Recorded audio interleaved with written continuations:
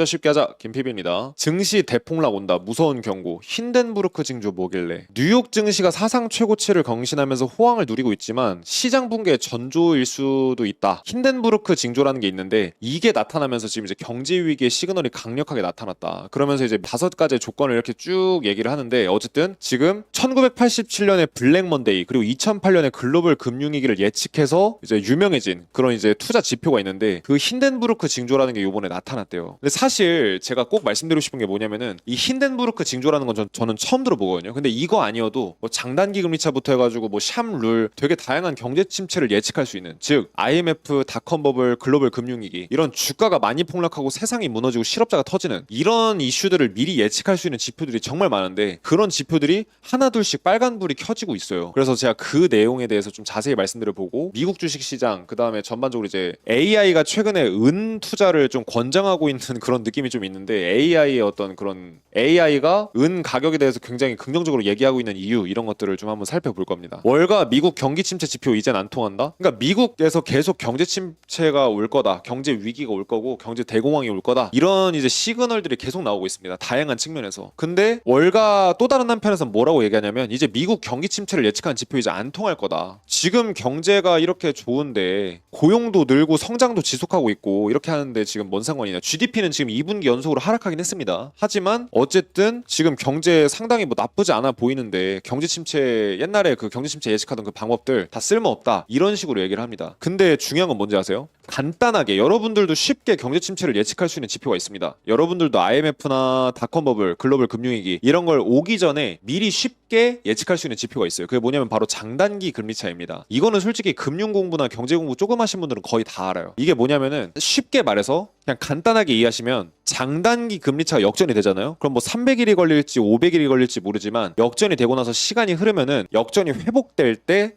쯤 경제 위기가 터집니다. IMF, 닷컴버블 금융위기 이런 것들이 터진다는 거예요. 그러면서 주가도 막 지수만 마이너스 50% 빠져요. 그러니까 그런 이제 근데 이제 지수가 50% 빠진다라는 건 개별 주식은 막 마이너스 7, 80%, 막 90% 이렇게 빠진다라는 거거든요. 그래서 실업자들도 막 폭증하고 그렇기 때문에 우리가 경제 트렌드를 그런 걸 미리 알 수 있다라고 하면은 공부해서 나쁠 건 없잖아요. 근데 이 장단기 금리차 역전, 장단기 금리차 역전이 결국 경제 침체를 만들어낸다라는 거는 경제 공부하신 분들은 다 알아요. 근데 최근에 장단기 금리차가 역전이 된지 500일이 훌쩍 지났는데도 아무런 일이 발생하지 않고 오히려 주가는 올라가고 있습니다. 그러니까 많은 사람들이 이렇게 생각하는 거예요. 장단기 금리차 역전이 이게 결국 경제 침체를 예측하는 이제 지표인데 그럼에도 불구하고 지금 경제 위기 안 터졌잖아. 그럼 안 올 수도 있는 거 아니야? 이렇게 생각하실 수가 있는데 일단 말씀드리고 싶은 거는 1970년 이후로 장단기 금리차 역전이 된 적이 6번 정도가 있었는데 무조건 그 이후에 100% 경제 침체가 터졌어요. 즉 장단기 금리차 역전이 되면 시간의 문제지 경제 위기는 터진다라는 건 일단 확률적으로는 매우 높습니다. 근데 지금 제가 보여드리고 싶은 재밌는 데이터가 하나 있는데 이게 무슨 데이터냐면은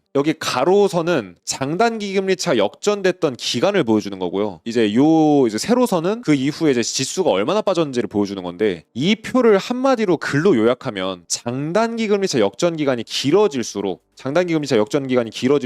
주식시장은 크게 폭락한다. 즉 장단기 금리차 역전이 지금 된 지가 지금 한 550일에서 600일 사이 정도 되거든요. 지금 딱 요 정도입니다. 근데 장단기 금리차 역전 기간이 길어지면 길어질수록 어떻게 돼요? 점점 시장이 많이 폭락합니다. 즉 지금 장단기 금리차 역전이 지금 된 지가 500일에서 600일 사이 정도가 됐습니다. 거의 500일 후반대 정도가 됐는데 그렇다라면은 못해도 글로벌 금융위기 당시만큼 주식시장에 빠질 수가 있다는 거예요. 그러면 글로벌 금융위기 당시에 주식시장이 얼마나 빠졌냐? 미국 증시를 기준으로 지수가 1년 반 정도 기간 동안 57%가 빠졌어요. 그렇다라는 건 일반적인 개별 주식들, 여러분들이 투자하고 있는 그런 주식들은 마이너스 8, 90% 찍힙니다. 내가 고점에서 1억에 투자했잖아요. 그러면은 이렇게 금융위기 맞아서 떨어지면은 거의 내 돈이 1억 투자했던 게 1,000만, 2,000만 원 돼버리는 꼴인 거예요. 근데 그러한 경제 위기를 예측할 수 있는 지표가 장단기 금리차인데 지금 장단기 금리차 역전이 지속되고 있음에도 아직 아무런 일이 안 터졌다 이렇게 얘기를 하지만 저는 그게 오히려 더 심각한 일이라고 봐요. 장단기 금리차가 역전이 되면은 무조건 경제 침체는 터집니다. 근데 기간이 길어지면 길어질수록 경제 위기가 더 크게 터져요. 지금은 어떤 느낌이냐면 미국 대공황 이래로 이렇게 오랜 시간 동안 경제 위기가 안 터진 적이 없었습니다. 장단기 금리차 역전되고 나서. 그러니까 미국 대공황 때 주가 지수가 80% 90% 후반대까지 빠졌어요. 88%가 이렇게 빠졌거든요. 주가 지수가. 이 표에서 얘기하는 건 거의 90% 빠졌다라고 얘기를 하는데 이때 당시에 개별 주식들은 어마어마하게 빠졌고 실업률이 지금보다 한 6배인가 4배인가가 더 이제 높았어요. 거의 우리가 알고 있는 지인들 중에 많은 사람들이 실업자가 된 거나 마찬가지거든요. 그 정도로 어려운 시장이 다가오고 있다라고 저는 이렇게 시그널을 그렇게 해석해보고 있습니다. 그래서 판단은 여러분들 몫으로 맡기겠지만 장단기금차 역전이 지금 오랜 시간 지속되고 있음에도 경제 위기가 안 터지는 거는 장단기금차 분석이 안 먹히는 이제 시장에서 안 통하는 그런 전략이 아니라 장단기금차 역전이 시간이 길어지면 길어질수록 더 경제 위기가 크게 올 거라는 이런 염두를 두셔야 돼요. 특히 버핏 지수나 이런저런 다양한 지표를 기준으로 분석해봤을 때 어떤 관점에서 봐도 지금 미국 증시는 사실은 버블이 맞거든요. 지금 어떤 상황이냐면 경제는 악화되는데 증시는 상승하고 있는 이런 이제 되게 아이러니한 상황이에요. 그래서 경제가 흔들리게 되면은 사실 주가는 반드시 떨어집니다. 경제 위기가 터지고 나서 주가가 오른 적은 미국 역사상 통틀어서 단 한 번도 없습니다. 근데 미국 주식시장에 따라서 우리나라 주식시장도 움직이기 때문에 미국 주식시장 떨어지면 우리나라도 박살나거든요. 근데 현재는 지금 어떤 상황이냐면 버블이 꺼지는 단계라는 느낌보다는 아직 버블이 형성되는 단계입니다. 그래서 지금 주가가 굉장히 비싸고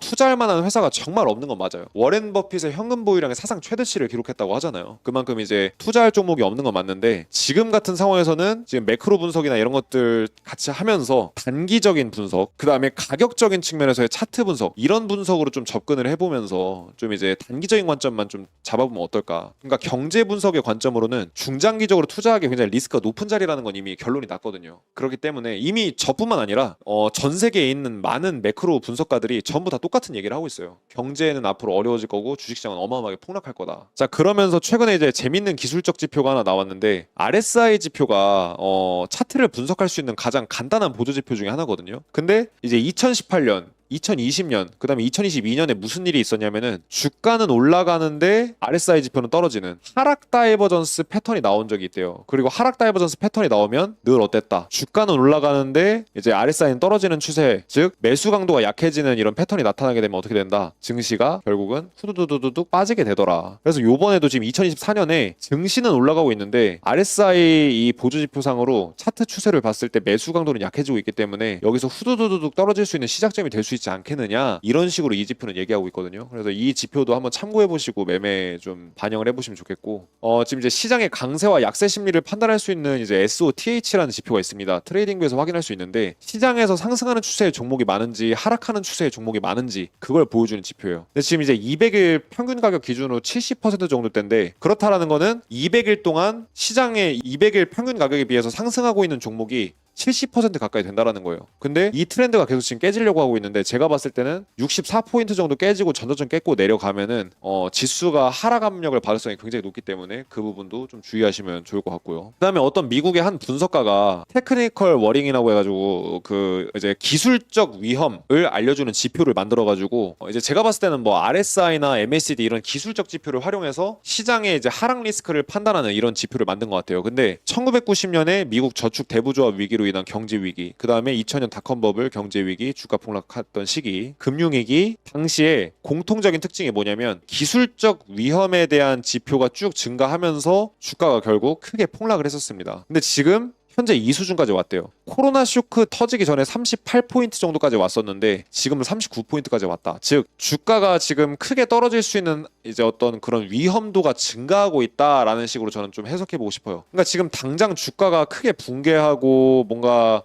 경제가 무너진다 이렇게 해석하는 게 아니라 경제 위기나 주가 폭락은 이제 어마어마하게 큰 폭락 이런 것들은 다가오고 있기는 한데 그게 언제가 될지는 모른다. 하지만 확실하게 다가오고 있는 거는 지표상이나 데이터상으로는 체크가 된다. 그래서 우리는 제가 봤을 때는 투자를 하시는 분들 중장기 투자하실 분들은 아예 그냥 현금 보유하시는 게 낫고 뭐 3개월이든 한 달이든 6개월이든 짧은 기간에서라도 단기 투자로 기회를 노리고 싶은 분들은 중장기로 한 종목을 쭉 끌고 가는 게 아니라 여러 종목으로 단기 투자만 하시는 시세 나오면 매도하고 또 이제 돌파 나오면 잡고 이런 식으로만 하시는 게 좋지 않을까 저는 그런 생각을 하거든요. 이런 다양한 데이터들 때문에 그렇게 말씀드리는 거고 최근에 진짜 재밌는 자료가 하나 있는데 여러분들 재밌는 사실이 뭔지 아세요? 엔비디아의 시가총액이 독일 전체 회사의 시가총액보다 더 크대요. 이게 무슨 얘기다? 미국의 엔비디아라는 한 기업의 가치가 독일의 전체 회사의 시가총액하고 맞먹는다는 거예요. 사실 이게 여러분들 말이 되는 얘기인가요? 독일은 전 세계 선진국이에요. 근데 독일 전체 주식시장 규모에 비해서 미국 한 회사의 규모만큼도 못한 게 독일 시총이라는 게 말이 됩니까? 엔비디아보다 더 재밌는 사실이 뭔지 아세요? 엔비디아보다 한국 경제 규모보다 엔비디아가 더 커요. 1.5배 정도. 한국 GDP보다 엔비디아가 1.5배 정도 더 크거든요. 이게 사실은 말이 되나? 그러니까 엔비디아를 지금 이제 가치 평가로 분석을 해보면 정말 고평가돼 있는데 시장에서 진짜 바라보는 관점이 진짜 반반 갈리더라고요. 제가 설문조사를 해봐도 어떤 분들은 엔비디아 버블 맞다, 너무 올랐다, 진짜 이건 말이 안 된다 이제 말씀하시는 분들이 계시고, 어떤 분들은 엔비디아의 미래 가치를 생각하면 이 정도는 적정한 가치 평가다 이렇게 얘기하시는 분들이 있습니다. 그래서 뭐 제2의 닷컴 버블이다, 아니다, 그때랑은 다르다 이렇게 생각하시는 분들이 많이 계시는데, 모르긴 몰라도 저는 엔비디아가 정말 좀 기업 가치가 너무 과할 정도로 많이 커지긴 했다라는 생각은 좀 확실하게 드는 것 같습니다. 이렇게 쭉 말씀드리면서, 그래서 엔비디아 같은 경우는 단기 추세를 어떻게 보셔야 되냐면, 엔비디아는 최근에 이제 5월 28일 기준으로 장대 양봉 꽤나 괜찮은 큰 양봉이 하나 떴어요. 여기 저가를 잡으시고 이 선 $1,100 라인만 안 깨지면은 당분간 엔비디아의 상승 추세는 지속된다라고 봐야 될 것 같아요. 근데 $1,100 부근이 깨져버리면서 강하게 깨져버리게 되면은 상승 추세가 좀 약해질 수 있다. 이런 식으로 단기 관점 좀 감안하셔서 접근해 보시면 좋을 것 같고요. 어쨌든 제가 계속 누차 강조드리는 사항이지만 엔비디아 주가가 계속 버티면서 상승을 해주면 미국 주식시장도 상승하고요. 미국 주식시장이 상승하게 되면은 전체 주식시장 다 웬만하면은 강세를 보이게 됩니다. 엔비디아가 미국 나스닥의 60에서 70%의 역할을 합니다. 그러니까 예를 들어서 엔비디아의 주가가 하락하면은 나스닥은 하락할 확률이 70%가 된다. 약간 이런 식으로 간단하게 해석해 보셔도 되거든요. 그래서 데이터 보게 되면은 엔비디아가 나스닥에는 한 60에서 70%의 영향을 미치고 S&P의 주가 흐름에는 30인가 50% 정도의 영향을 끼친대요. 그래가지고 미국 주가 지수에 영향을 많이 주게 되는데, 엔비디아의 주가만 결국 오르게 되면은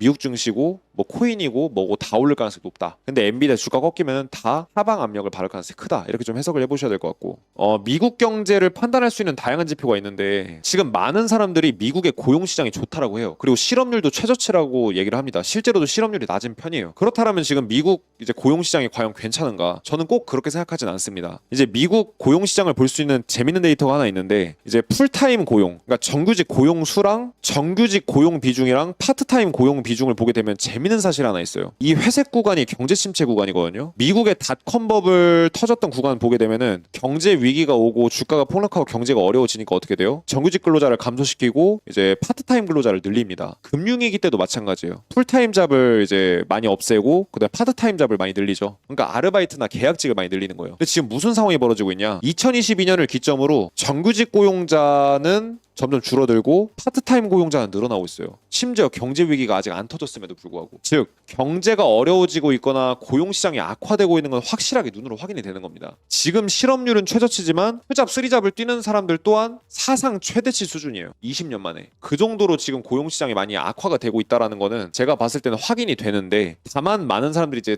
공식 실업률만을 보고 판단하다 보니 이런 세세한 점들을 파악하지 못하고 있는 것뿐이지, 경제는 확실히 조금 하방 압력을 막고 있는 건 확실히 맞는 것 같다. 저는 좀 이런 생각을 하고요. 그래서 이제 경제가 멀쩡하다라고 생각하면 안 된다.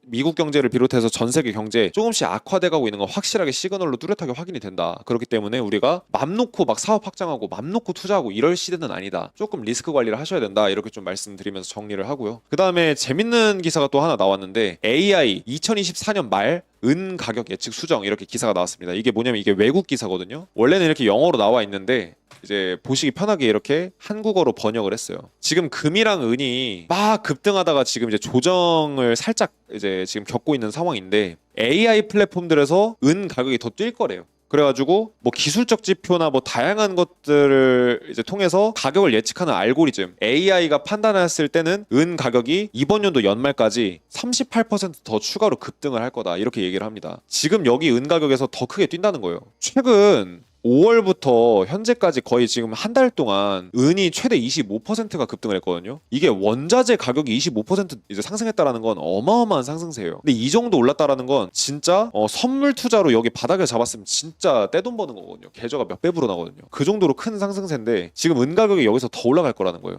지금 오른 것보다도 더 크게 올라갈 거다. 즉 은 가격이 많이 뛸 거다. 이렇게 AI의 다양한 AI 플랫폼들은 얘기를 하고 있는데 더 재밌는 게 뭐냐면은 이렇게 금 가격이나 은 가격이 상승할 거라고 지금 AI가 전망을 하고 있잖아요. 이거 자체가 사실은 별로 좋은 이슈는 아닙니다. 왜냐하면은 은이나 금과 같은 이런 원자재들이 지금 계속 오르고 있어요. 구리 같은 경우에도 보시면은 구리 가격도 최근에 많이 올랐거든요. 그러니까 구리나 금, 은 이런 다양한 원자재들이 많이 상승을 하고 있습니다. 금 가격도 많이 올랐죠. 그리고 그 오르고 있는 이유 중에 하나가 뭐다? 가장 큰 이유가 바로 중국 정부 그리고 중국인들이 원자재를 미친 듯이 사고 있어요. 그래서 어쨌든 원자재가 지금 계속해서 그러한 영향 때문에 상승을 하고 있는데 원자재 가격이 높아진다는 건 무슨 얘기냐면 여러분들 물가 상승이라는 게 뭔가요? 물건 가격이 상승한다는 얘기예요. 근데 그럼 쉽게 말해서 무슨 얘기예요? 플라스틱 가격이 높아지면 플라스틱으로 만드는 마우스의 가격도 높아질 수밖에 없는 겁니다. 근데 우리가 아시겠지만 물가가 상승하면 절대 좋은 신호가 아니잖아요. 경제에 부담을 주는 신호잖아요. 근데 재밌는 사실 지금